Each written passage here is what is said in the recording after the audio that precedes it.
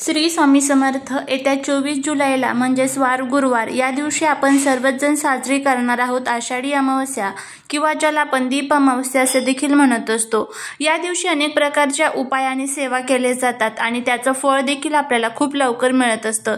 तर या अमावस्येच्या दिवशी एक अतिशय प्रभावी उपाय ज्याला आपण सेवा देखील म्हणू शकतो, तर आपल्याला गाईला ही एक वस्तू खाऊ घालायची आहे।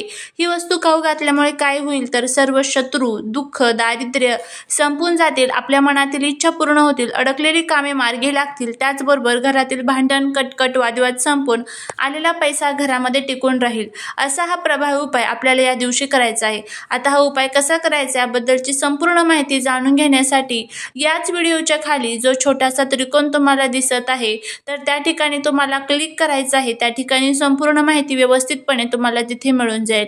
जर व्हिडिओ ओपन झाला नाही तर चॅनलवरती जाऊन तिथे तुम्ही व्हिडिओ चेक करू शकता।